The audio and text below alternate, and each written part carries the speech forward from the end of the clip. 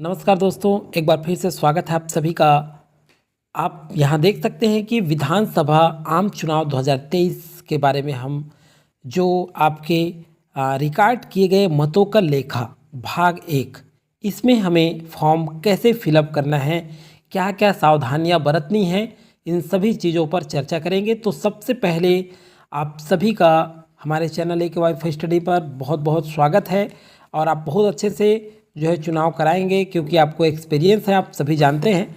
फिर भी हम एक बार भर कर देखें, गलती ना हो इसके लिए। तो चलिए दोस्तों, ये अनुलग्न 8 है, अध्याय 1 पैरा 1.12 प्रारूप 17C कहते हैं। देखिए, मत पत्रों का जो लेखा है इसे प्रारूप 17C कहते हैं, हिंदी में कहें तो 17G कहते हैं। नियम 49 यहाँ दिया है एस, और यहाँ 56C2 देखिए। तो यहाँ आप देख सकते हैं बुक में ये आपका ये बुक के हिसाब से बताया है, ये ऊपर जो लिखा है। यहाँ हम देखेंगे भाग 1 रिकॉर्ड किए गए मतों का लेखा। तो चलिए दोस्तों, रिकॉर्ड किए गए मतों का लेखा ये बहुत ही महत्वपूर्ण दस्तावेज है। और आप सभी जानते हैं, चाहे वो विधानसभा निर्वाचन हो चाहे लोकसभा निर्वाचन हो, इस चुनाव में ये रिकॉर्ड किए गए मतों का लेखा बहुत ही महत्वपूर्ण है। और ये हमें जब हम चुनाव कराने जाते हैं दोस्तों, तो आप सभी जानते हैं कि लगभग ये 5 से 6 कापियाँ में बनानी पड़ती है। तो सारी चीज़ों को डिस्कस करेंगे हम लोग, पूरा डिटेल देखेंगे क्या क्या है। मैं आपको जितनी जानकारियाँ हैं सभी चीज़ प्रोवाइड कराने की कोशिश करूँगा। आप भी मेंशन कर सकते हैं, कमेंट जरूर कर सकते हैं अगर आपको और चीज़ कुछ नया लगता है। तो चलिए दोस्तों, हमारे चैनल में पहली बार जुड़े होंगे जब सभी जो शिक्षक साथी और सभी जो सर्विस वाले जो चुनाव कराने वाले हैं, उन सभी से मैं कह रहा हूँ कि हमारे चैनल को सबसे पहले AKY स्टडी जो चैनल है उसे सब्सक्राइब कर लें, ताकि जो भी वीडियो नोटिफिकेशन आए चुनाव से संबंधित उसकी जानकारी आपको मिलता रहे। तो चलिए फिलहाल अभी हम इस वीडियो में सीधा सीधा चलते हैं। यहाँ देखिए भाग 1 है और ये रिकॉर्ड किए गए मतों का लेखा है। तो इसे हम कैसे फॉर्म फिलअप करेंगे, सबसे महत्वपूर्ण जो जानकारियाँ हैं ये हमको 5 से 6 कॉपियों में मैं शुरू में बता चुका हूँ। ये हमको बनाना पड़ता है इसलिए क्योंकि दोस्तों एजेंट जो होते हैं वहाँ पर उनको भी एक एक कॉपी देना पड़ता है। और जब जमा करने जाते हैं तो 2 कॉपियों में वहाँ भी ये खुला लिफाफे में जाता है, ये भी आपको ध्यान रखना है। तो ये वहाँ हमको जमा करना पड़ता है। और ज़रूरत पड़ने पर दोस्तों पीठासीन जो अधिकारी है, प्रिसाइडिंग अफसर जो है, प्रिसाइडिंग ऑफिसर भी एक कॉपी जरूर बना करके रखें। कभी कभी ऐसा मतगणना के समय या बाद में आपको मतगणना के समय बुलाना, अगर आरओ बुला देते हैं या ऊपर के जो भी अधिकारी हैं बुलाते हैं, तो एक कॉपी हमारे पास भी होना चाहिए। तो चलिए डिटेल चर्चा करेंगे। पहला हम देखते हैं, यहाँ पर देखिए निर्वाचन क्षेत्र से। तो देखिए दोस्तों, ये जो है विधानसभा निर्वाचन है। चूँकि हम विधानसभा निर्वाचन में मतों का लेखा की बात करने वाले हैं, तो विधानसभा के बारे में ही अभी चर्चा करेंगे। तो देखिए दोस्तों, कुछ भी कर सकते हैं, जैसे कोई भी स्टेट, इंडिया का कोई भी स्टेट से हैं आप और निर्वाचन चल रहा है, तो आप जिस भी क्षेत्र से हैं उस क्षेत्र को लिखना है। जैसे हम सीजी के बारे में लेते हैं, अभी वर्तमान में हम सीजी का देखेंगे। तो ये सीजी के बारे में छत्तीसगढ़। तो यहाँ देखिए हम छत्तीसगढ़ में एक उदाहरण लेते हैं, निर्वाचन क्षेत्र जैसे 28 तखतपुर, यहाँ लिख देंगे आप। एक उदाहरण ले रहा हूँ, आपको जो भी आपका विधानसभा क्षेत्र क्रमांक आपको मिला है ड्यूटी के लिए, उसका आप लिखेंगे, विधानसभा का क्रमांक और विधानसभा का नाम। जैसे हम उदाहरण लिए 28 तखतपुर, हम तखतपुर ले लिए। यहाँ देखिए निर्वाचन क्षेत्र से मान लीजिए हम छत्तीसगढ़ का बात कर रहे हैं, जैसे आप जो भी स्टेट, मध्य प्रदेश, राजस्थान, गुजरात, जहाँ से भी, यूपी से जहाँ से होंगे, तो आप उस स्टेट का लिखेंगे। छत्तीसगढ़, यहाँ लोकसभा लिखा है दोस्तों, इसे काट लेंगे। फिर यहाँ लिखा है राज्य, इस राज्य को काट लेंगे एक लाइन से। फिर संघ राज्य क्षेत्र, इसे भी आप काट लेंगे। फिर इसे छोड़ देंगे आप विधानसभा के लिए निर्वाचन। अब देखिए निर्वाचन लिखा है तो यहाँ आप 2023 भरेंगे। क्या भरेंगे? 2023। तो नोट डाउन भी करते चलिएगा क्योंकि आगे हम जो है इसे मिटाते चलेंगे। मतदान केंद्र की संख्या और नाम। तो देखिए दोस्तों, पहले आपको दल क्रमांक मिलता है, जो भी मिले XYZ, मान लीजिए हम दल क्रमांक उदाहरण के तौर पर 100 लेते हैं, तो यहाँ मतदान दल क्रमांक अलग होता है जो हम ट्रेनिंग में काम आता है। दल के जो मतदान अधिकारी 1, 2 और 3 और पीठासीन, इनको मिलने के लिए दल क्रमांक बनाया जाता है। तो वो दल क्रमांक और मतदान केंद्र क्रमांक अलग है। मतदान केंद्र क्रमांक जिस दिन हम सामग्री लेने जाते हैं उस दिन हमें मिलता है। तो मतदान केंद्र क्रमांक यहाँ आप लिखिएगा मतदान केंद्र की संख्या और नाम। जैसे मान लीजिए मतदान केंद्र की संख्या आपको मिला है, मान लीजिए 201, मान लीजिए मतदान केंद्र की संख्या वहीं पता चलेगा आपको। और नाम है तो नाम मान लीजिए है आपका जो भी कोई भी गांव पड़ गया, जैसे पतरापाली, एक उदाहरण के तौर पर मैं ले रहा हूं, आपको जो भी मिलेगा वहां उसका नाम आपको डालना है, यहां भरना है। अब चलिए देखते हैं मतदान केंद्र पर प्रयुक्त मतदान मशीन। अब देखिए ये मतदान केंद्र की संख्या हो गया और नाम लिख लिया अपन। यहाँ मतदान केंद्र पर प्रयुक्त मतदान मशीन। अब देखिए मतदान मशीन जो मिलेगा उसको लिखना है यहाँ मतदान केंद्र पर प्रयुक्त मतदान मशीन। अब देखिए नियंत्रण कंट्रोल यूनिट। तो देखिए कंट्रोल यूनिट आप यहाँ पे जिसको कहते हैं CU, तो कितना मिला है हमको, 1 मिला है। चाहे तो उसका आप क्रमांक भी लिख सकते हैं बगल में। मतदान बैलेट यूनिट BU जो मिलेगा वो भी हमको 1 मिला है। अगर हमारे प्रत्याशी मान लीजिए कैंडिडेट 15 या 16 से अधिक है तो, और बाकी अगर 2 यूनिट मिलता है तो 2 लिखेंगे। ये सभी आप जानते हैं, उतना ज़्यादा डिस्कस करने की आवश्यकता नहीं, आप सभी अनुभवी हैं। वीवीपैट हमको 1 मिला है और यहाँ पर क्रमांक उसका चाहे तो ब्रैकेट में लिख सकते हैं स्पष्ट करने के लिए। आगे देखते हैं दोस्तों क्रमांक 1 पहला क्या है, मतदान केंद्र के लिए नियत निर्वाचकों की कुल संख्या।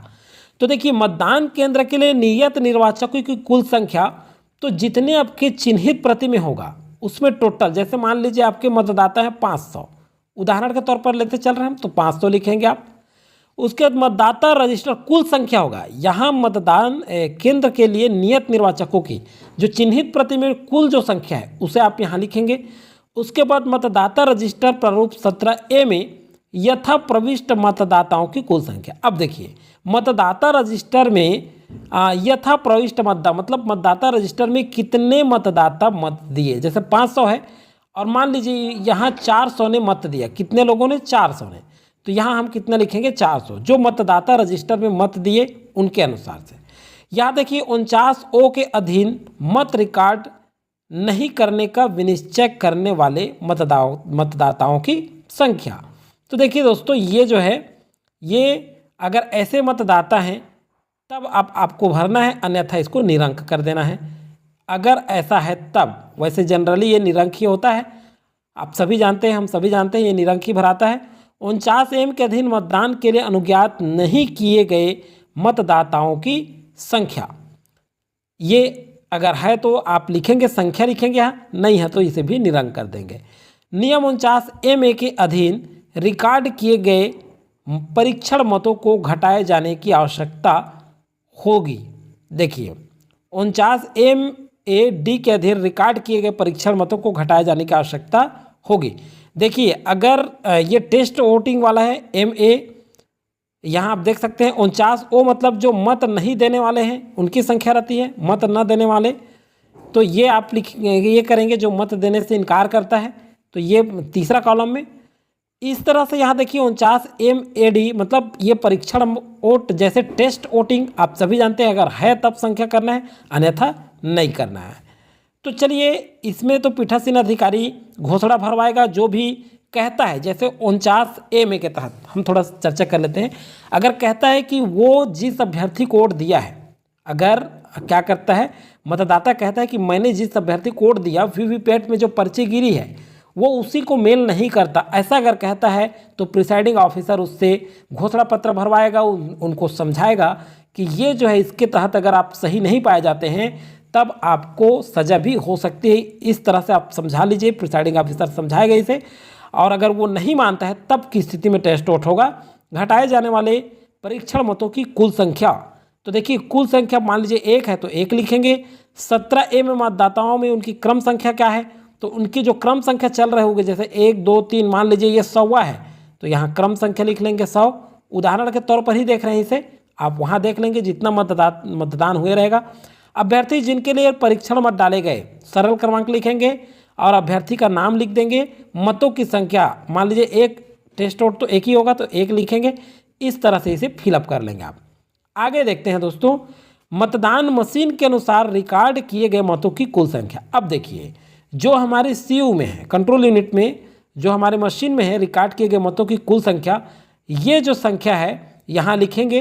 टोटल जो हम बटन दबा करके देखेंगे उसमें पता चल जाएगा कितने मत दिए हैं मतदाता। अब देखिए कॉलम क्या, मद 6 के सामने दर्शित मतों की संख्या, मद 2 के सामने दर्शित मतदाताओं की कुल संख्या, ऋण 3 के सामने यथादर्शित मत रिकॉर्ड नहीं करने का निश्चय करने वाले मतदाताओं की संख्या, और ऋण मत के 4 के सामने यथादर्शित मतदान करने के लिए अनुज्ञात नहीं किए गए मतदाताओं की संख्या। अर्थात देखिए 2 में से 3 घटाएंगे और 3 में से 4 घटाएंगे और 5वां को जोड़ लेंगे, तब ये आ जाएगा। और यहाँ हम लिखेंगे यदि अथवा अंतर यदि कोई हो, मेल करती है तो हम लिख लेंगे मेल करती है। यहाँ क्या लिखेंगे, मेल करती है, और सभी का लगभग मेल करता ही है, अंतर नहीं पाया जाएगा।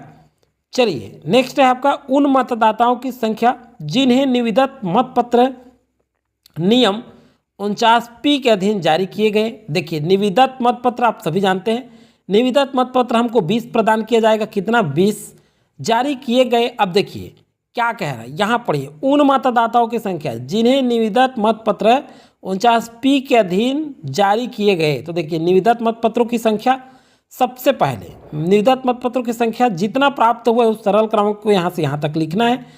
उसके बाद उपयोग के लिए प्राप्त तो 20 है, अब यहाँ लिख लीजिएगा क्रमांक, यहाँ लिखना है जितना भी होगा, जैसे 100001 से लेकर के 100020 तक, तो वो लिख लीजिएगा। उसके बाद निर्वाचकों को जारी किए गए, अगर आप किसी को टेंडर वोट कराएं तो, अन्यथा ये क्या हो जाएगा, निरंक हो जाएगा। और अगर जारी किए हैं तो कुल कितना हो जाएगा, 1 हो जाएगा, और उसका क्रमांक लिख देंगे यहाँ पर। अप्रयुक्त और वापस, मान लीजिए 20 मिला है तो 1 हमने प्रयोग कर लिया उदाहरण के तौर पर, तो 19 हम वापस कर रहे हैं तो यहाँ 19 आ जाएगा कुल, और क्रम संख्या लिख दीजिएगा इतना से इतना तक। बस ये है आपका मतपत्र लेखा। आगे देखते हैं, और इसमें यहाँ पर आप देखिए दोस्तों, यहाँ पर है पेपर सीलों का लेखा। ये बहुत ही महत्वपूर्ण है, ध्यान रखिएगा, बहुत ही महत्वपूर्ण है ये पेपर सीलों का लेखा। अब चलिए देखते हैं पेपर सील में प्रदाय की गई पेपर सील की कुल संख्या। तो देखिए हमको तीन प्रदान किया जाता है, आप सभी जानते हैं, सरल क्रमांक और 5 कहा गया है इस बार, तो देख लेंगे आप लोग। 3 पेपर सील मतलब ग्रीन पेपर सील की बात की जा रही है यहाँ पर, किसकी, ग्रीन पेपर सील। तो देखिए सरल क्रमांक कितना से कितना तक मिला है उसको लिख लेंगे, उसका सरल क्रमांक लिखा होता है, जो पेपर सील होता है उसमें सरल क्रमांक यहाँ लिखा होता है, उस सरल क्रमांक को कितना से कितना तक मिला है उसको लिख लेंगे। और संख्या 3 हो गया प्रयुक्त पेपर सीलों की कुल संख्या। अब प्रयुक्त मतलब जो हम उपयोग किए, मान लीजिए हमने एक उपयोग किया और कट फट गया, तो घबराने की जरूरत नहीं है, दूसरा उपयोग कर लेंगे, तो एक ही लिखेंगे। हालांकि प्रयुक्त में एक हो गया, अगर हमने कट फट गया 2 है तो 2 करेंगे। तो देखिए यहाँ क्रम से क्रम तक वही क्रमांक को लिखना है। रिटर्निंग अधिकारी को वापस की गई है प्रयुक्त पेपर, तो देखिए रिटर्निंग ऑफिसर को आप प्रयुक्त मतलब अगर आपने एक उपयोग किया और 2 बच गया तो कुल संख्या 2 हो जाएगा यहाँ पर, और कटा फटा है तो यहाँ 1 वापस करेंगे, 2 यहाँ लिखे हैं, तो सरल क्रमांक जितना भी होगा वापस कर रहे हैं उसका सरल क्रमांक लिखना है यहाँ पर। नेक्स्ट है देखते हैं क्षतिग्रस्त। अब देखिए यहाँ हिसाब आ जाएगा आपका क्षतिग्रस्त पेपर सील यदि कोई है, मान लीजिए 3 मिला है, उसमें एक हमने उपयोग किया और क्षतिग्रस्त हो गया, दूसरा उपयोग किए तो क्षतिग्रस्त में 1 आ जाएगा। अगर आपका पेपर सील क्षतिग्रस्त नहीं है तो ये 2 हो जाएगा, आप 2 लिख लेंगे। यहाँ देखिए कितना क्रमांक से कितना तक है उसे लिख लेंगे। स्थान लिख लेंगे दोस्तों जहाँ पर आप चुनाव कराने गए हैं, जो मतदान केंद्र है आपका। उसके बाद यहाँ दिनांक, जिस तारीख को आपका चुनाव होना है, जैसे उदाहरण के तौर पर सीजी में अभी 17 नवंबर को होना है तो 17/11/2023 लिखेंगे। बाकी अदर स्टेट वाले होंगे तो आप जो है अपने जिस तिथि में चुनाव हो रहा है उस तिथि को लिखेंगे। मतदान अभिकर्ता का हस्ताक्षर, ये आप नहीं भूलिएगा, बहुत ज़्यादा इंपॉर्टेंट है ये पॉइंट। देखिए यहाँ पर, यहाँ मतदान अभिकर्ताओं के हस्ताक्षर, तो जितने भी मतदान अभिकर्ता हैं उनका हस्ताक्षर आप करा लीजिएगा, पहला, दूसरा, तीसरा, चौथा। और सभी जानते हैं मतदान अभिकर्ता जो है इनका जो है नियुक्ति पत्र आप देख लीजिएगा। अभ्यर्थी के जो नमूना हस्ताक्षर है उसमें वो जो कागज़ लेकर के आएंगे उसे अपने कागज़ में मिलान कर लीजिएगा, और आप प्रवेश जारी करेंगे, जो प्रवेश पास होगा वो पीठासीन जारी करेंगे। किनके लिए, अभिकर्ता के लिए, मतदान अभिकर्ता के लिए। आगे देखते हैं पीठासीन अधिकारी के हस्ताक्षर। अब पीठासीन अधिकारी जो केंद्र क्रमांक बटे विधानसभा बटे केंद्र क्रमांक जो मिलेगा बटा वाला, वो उसका शुभेच्छा होगा और यहाँ साइन करेंगे केंद्र पीठासीन प्रिसाइडिंग ऑफिसर, और केंद्र क्रमांक और नाम लिखेंगे यहाँ पर। तो ये हो गया दोस्तों आपका मत पत्र का लेखा, और ये बहुत ज़्यादा इंपॉर्टेंट आप सभी जानते हैं। इसके बाद हम देखेंगे आगे वीडियो में कि पीठासीन की डायरी कैसे भरा जाता है, पीठासीन की डायरी में क्या क्या सावधानियां बरतनी चाहिए। तो देखिए, मत पत्र लेखा हो गया, आप सभी ने देखा, और मत पत्र लेखा बहुत ही सरल है, और इसे मैंने शुरू से ही बताया कि 6 कॉपी में तो आप बना ही लीजिए, क्योंकि एजेंट को देना पड़ता है, आप अपने पास एक रख लीजिए, 2 हमको जमा करना पड़ता है, और ये बहुत ही महत्वपूर्ण है। एक चीज़ और ध्यान रखिएगा, मत पत्र लेखा में जो हम बता रहे हैं कितने मत पड़े, मतदाता रजिस्टर और आपके मशीन CU में जितने भी आपके वोट पड़े हैं, ये सब मैच करना चाहिए। क्या करना चाहिए? मैच करना चाहिए। हो सके मतदाता रजिस्टर में कम ज़्यादा हो सकते हैं, बट यहाँ पर कंट्रोल जो आपके मशीन है उसमें वो प्रमुख है आपका, वो अंतर नहीं आने चाहिए।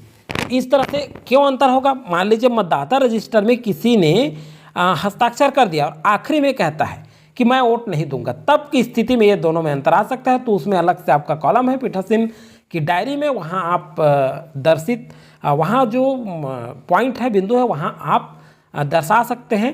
तो उतना ज़्यादा घबराने की आवश्यकता नहीं है, आप सभी अनुभवी हैं, बहुत दिनों से चुनाव करा रहे हैं। तो चलिए दोस्तों, आज की इस वीडियो में इतना ही, मिलेंगे नेक्स्ट वीडियो में पीठासीन अधिकारी की डायरी का फॉर्म हम कैसे फिलअप करें। तो चलिए दोस्तों, अच्छा लगा हो तो लाइक ज़रूर कर दीजिएगा, शेयर करना नहीं भूलिएगा। थैंक यू, जय हिंद, जय भारत।